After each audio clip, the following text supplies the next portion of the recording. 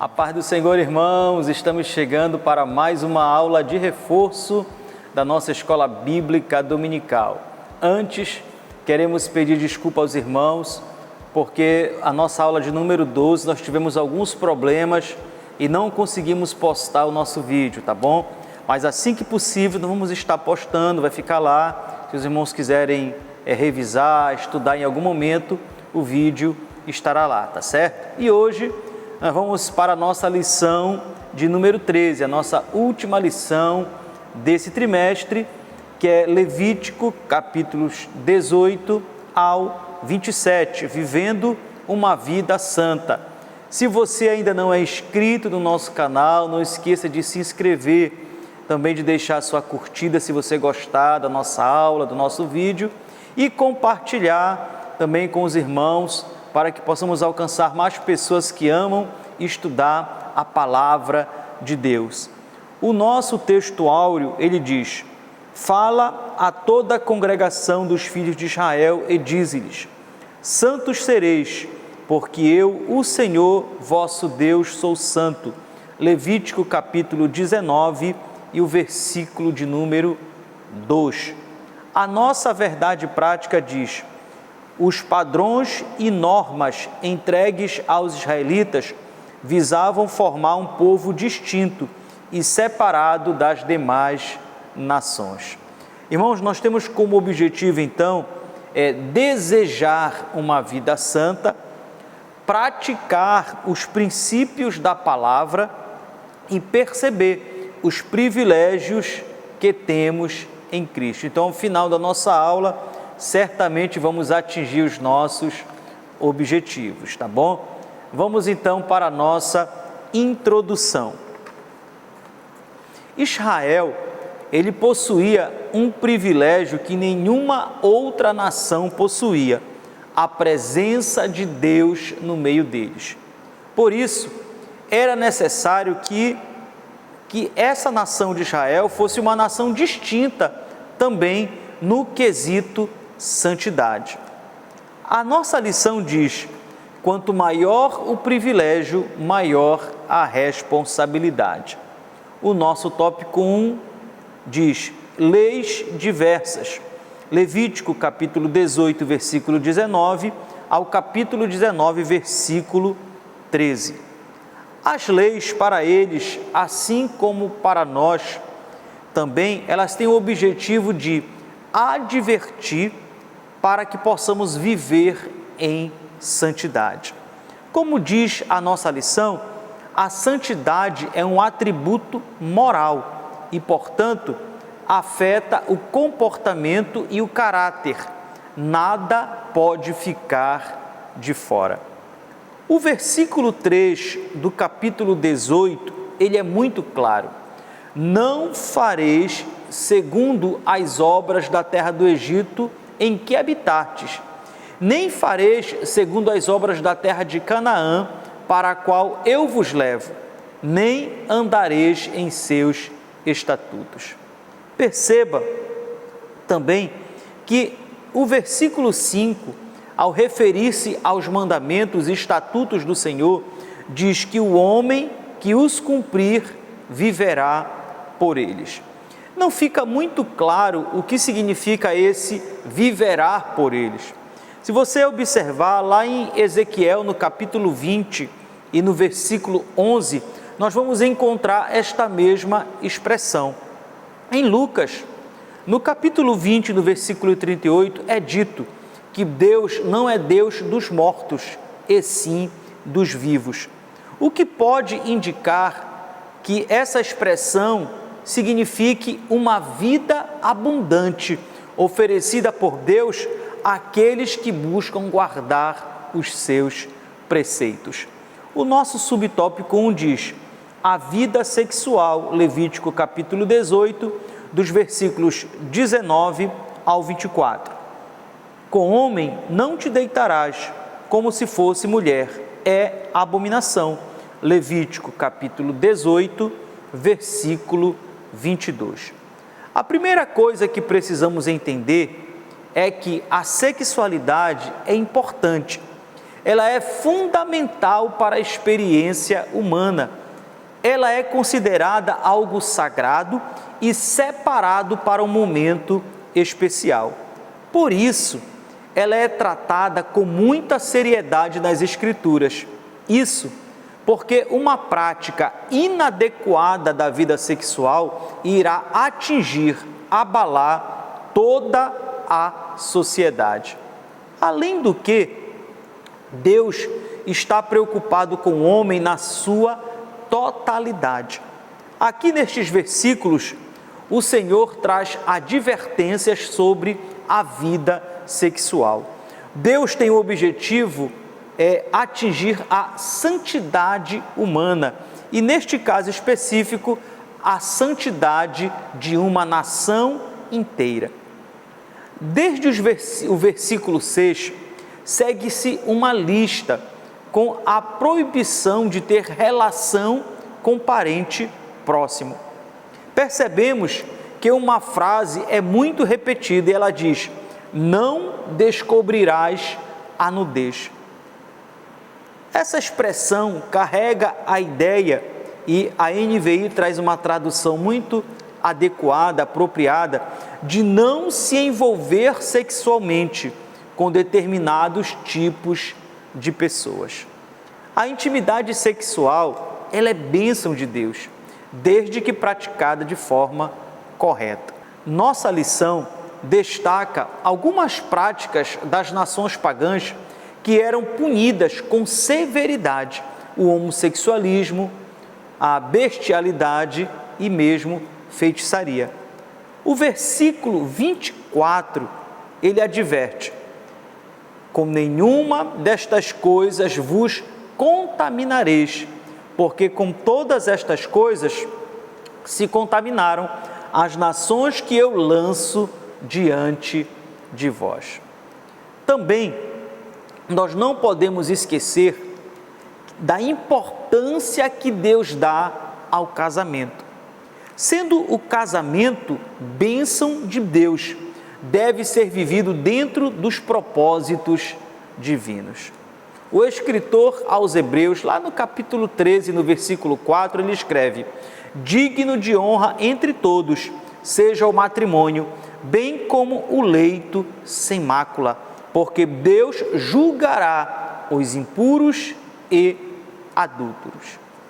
O certo é que as pessoas não podiam permitir que seus impulsos biológicos não tivessem nenhum tipo de controle. Fora de controle, a sexualidade, que deveria ser bênção, vira motivo de deboche, desprezo, é desvalorizada e certamente provoca o aumento da maldade na terra. Hoje, nós temos o Espírito Santo, que nos ajuda a desenvolver o domínio próprio. Naquela época eles não tinham. Daí a necessidade de um rigor maior da lei, que servia como um freio.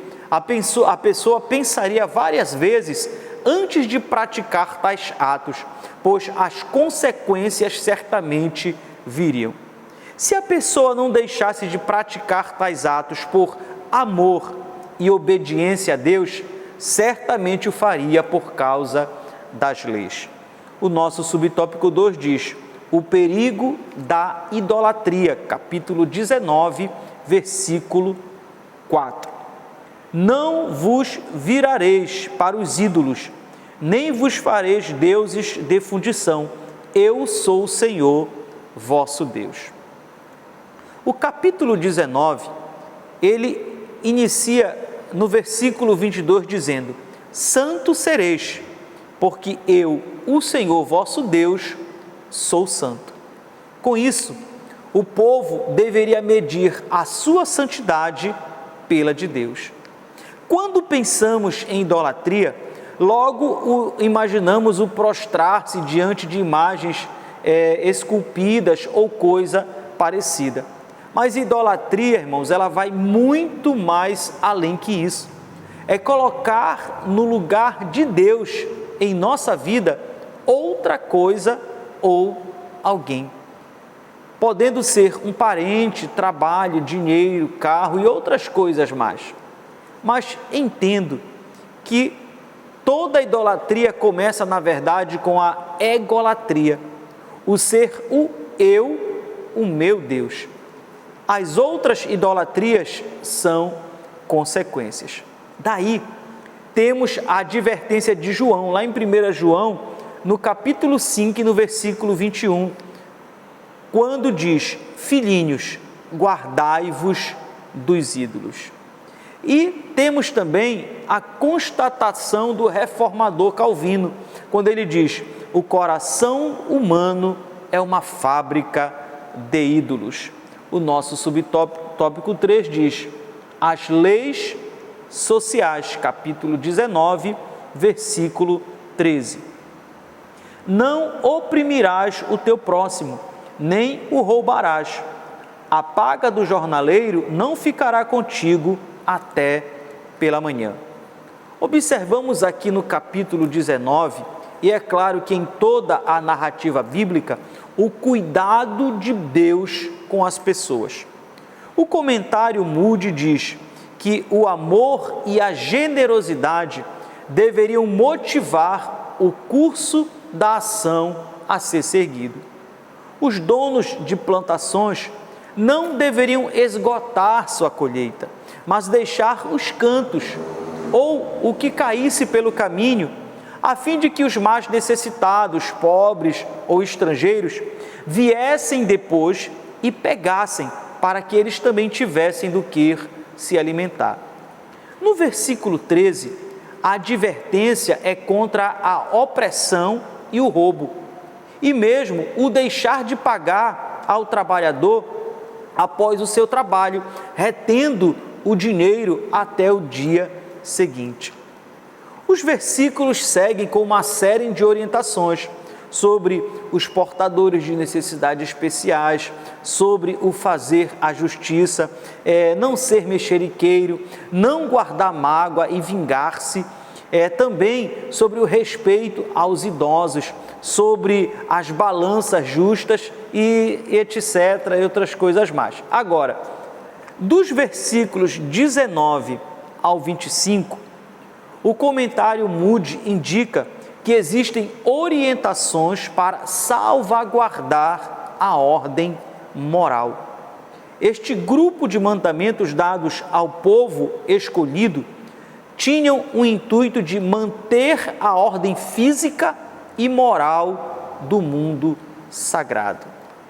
Também, no versículo 19, o povo é instruído a deixar como estão as coisas separadas pela criação. Diversos tipos de animais não deveriam ser cruzados, como também diversos tipos de sementes não deveriam ser semeadas juntas. O nosso tópico 2 diz: as festas judaicas, capítulo 23, dos versículos 1 ao 24. O capítulo 20, ele trata sobre a punição para diversos crimes e desobediências. Já o capítulo 21 e parte do capítulo 22 trazem leis voltadas para os sacerdotes, e a metade do capítulo 22, leis voltadas para os sacrifícios. Chegando ao capítulo 23, então, nós temos as festas fixas do Senhor, como diz o versículo 2. Festa aqui tem o sentido, o significado de uma ocasião determinada, um período de festa, onde os hebreus poderiam expressar a sua gratidão ao Senhor. O nosso subtópico 1 diz: Páscoa e festa dos asmos, capítulo 23, versículo 4. No mês primeiro, ao 14 do mês, no crepúsculo da tarde, é a Páscoa do Senhor. A Páscoa era a primeira grande festa. Como estudamos em Êxodo, ela tinha um papel tão importante que abria o calendário religioso, o diferenciando do calendário civil. Era a libertação do Egito, celebrada no dia 14 do mês de Abibe, como estudamos lá em Êxodo, e que depois passou a ser chamado este mês de Nissan. Aproximadamente para nós seria hoje entre os meses de março e abril. Era o Cordeiro Pascal. Essa celebração apontava para o Cordeiro de Deus, que tira o pecado do mundo, como disse João Batista lá no Evangelho de João, no capítulo 1 e no versículo 29. E para o nosso Cordeiro Pascal, já imolado, conforme Paulo, lá em 1 Coríntios, no capítulo 5, versículo 7. A Páscoa, então, era celebrada no dia 14. E logo em seguida, no dia 15, começava a festa dos pães asmos ou ázimos. Perceba que elas eram interligadas, quase que uma única festa. Enquanto o Cordeiro da Páscoa celebrava a saída milagrosa do Egito, ao comerem os pães sem fermento, os hebreus lembravam que comeram e saíram apressadamente, também de forma milagrosa. Da mesma forma, celebramos nossa libertação do mundo e do poder do pecado quando participamos da ceia do Senhor, pois Jesus mesmo nos ordenou dizendo: fazei isto em memória de mim. O nosso subtópico 2, então, vamos dizer primícias e Pentecostes, capítulo 23, versículo 10. Fala aos filhos de Israel e diz-lhes: quando entrardes na terra que vos dou e cegardes a sua messe, então trareis um molho das primícias da vossa messe ao sacerdote.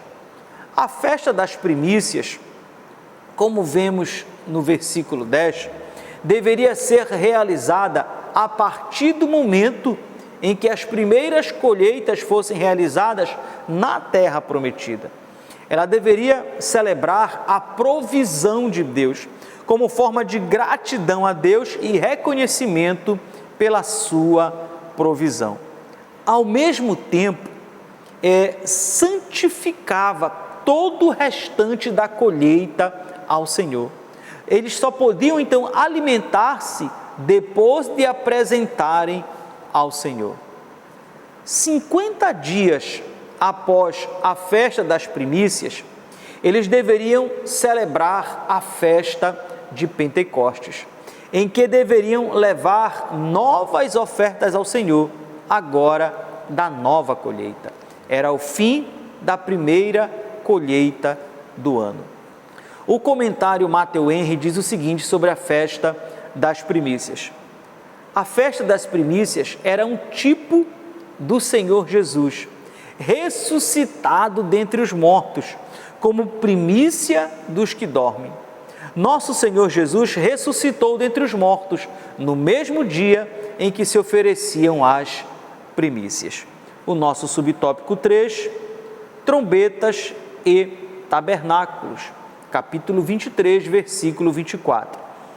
Fala aos filhos de Israel, dizendo: no mês 7º, ao 1º do mês, tereis descanso solene, memorial com sonidos de trombetas, santa convocação.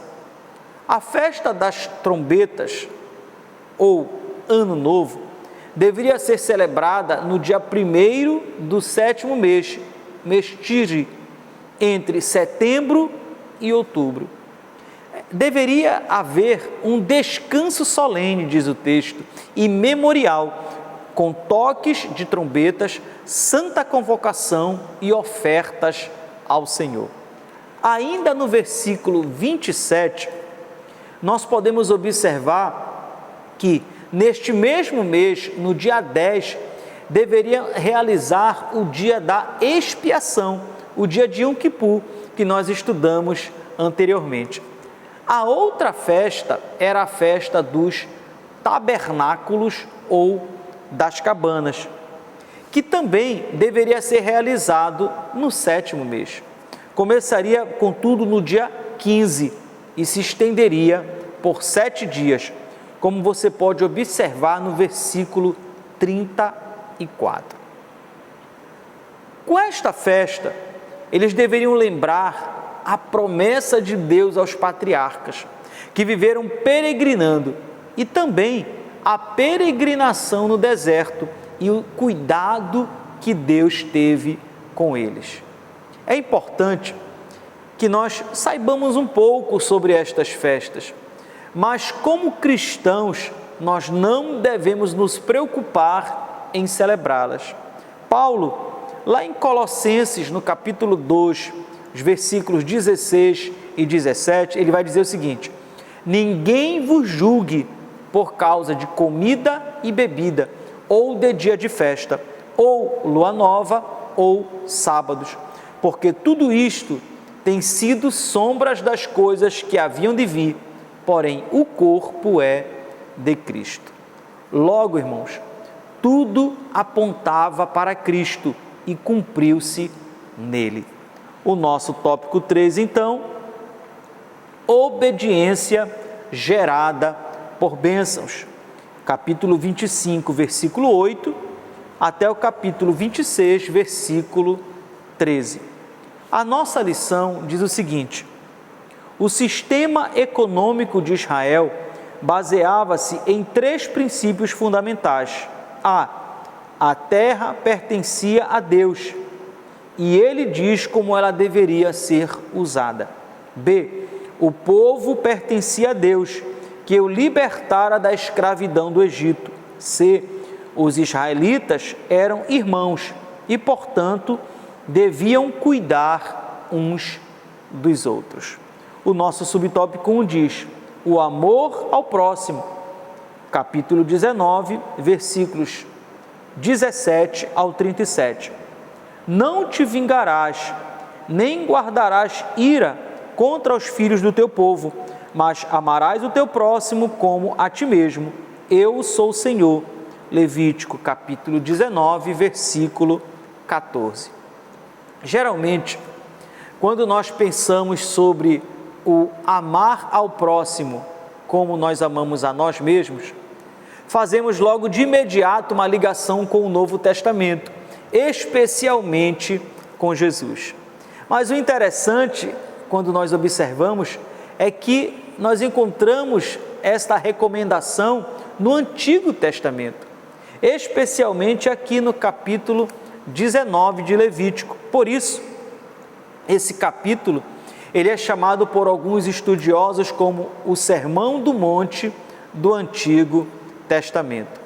Por vezes, alguns acham que o Deus do Antigo Testamento trata as pessoas de uma forma assim mais com ira, com a lei, enquanto o Deus do Novo Testamento é, digamos assim, mais light, mais gracioso, mais amoroso. Irmãos, mas fica evidente que, como disse João, lá em sua epístola, que Deus é amor, ou seja, Ele não tem amor, Ele é o próprio amor, é a essência de Deus. Ou seja, o mesmo Deus do Novo Testamento é o mesmo Deus revelado no Antigo Testamento. E o nosso subtópico 12 vai dizer: ano de descanso e jubileu, capítulo 25, dos versículos 8 ao 10. A nossa lição diz o seguinte: o calendário judeu funcionava em uma série de setes. O 7º dia da semana era o sabá. A cada 7 anos acontecia o ano sabático, e depois de 7 anos sabáticos ocorria o ano do jubileu. Com a determinação do ano sabático, o povo era levado a entender a providência divina e a descansar nesta providência. Também visava, ou seja, tinha o objetivo de ensiná-los que os recursos naturais não devem ser levados ao extremo, a ponto de serem esgotados.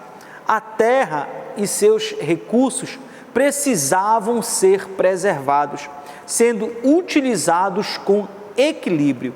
Infelizmente, irmãos, muitos hoje não têm esta consciência. Primeiro, eles trabalham exaustivamente, sem reconhecer a sua dependência do Senhor. São escravos do seu trabalho.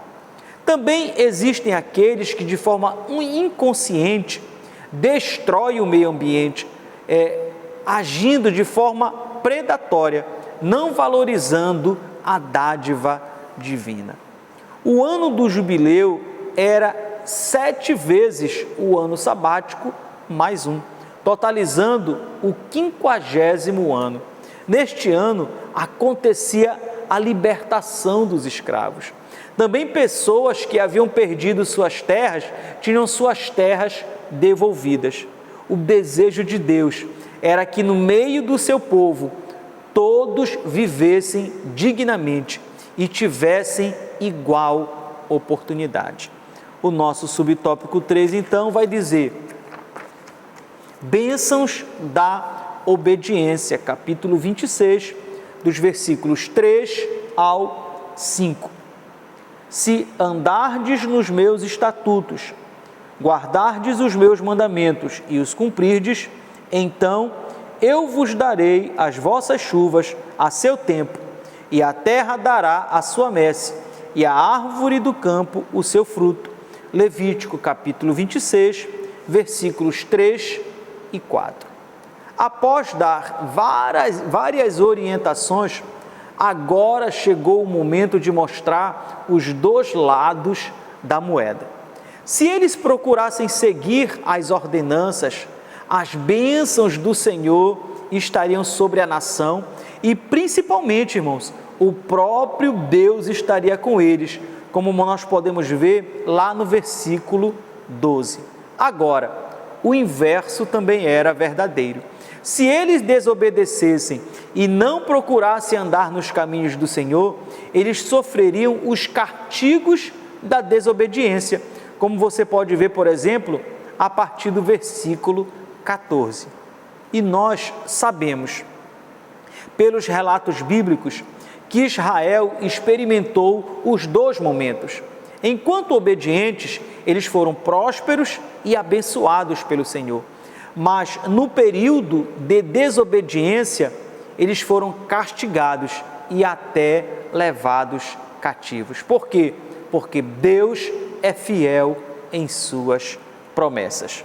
A nossa aplicação pessoal: Deus não espera outra coisa de nós, senão conformidade com sua vontade revelada na sua palavra.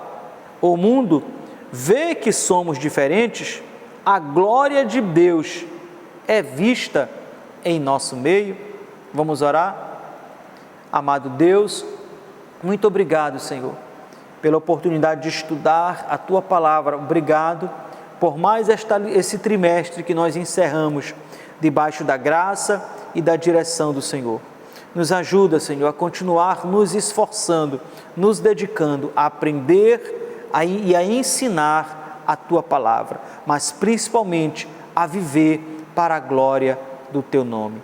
Abençoa cada um dos Teus servos que tem nos acompanhado nesta jornada, Pai, e que, se o Senhor nos permitir, estaremos no próximo domingo com a nossa próxima lição, em nome de Jesus.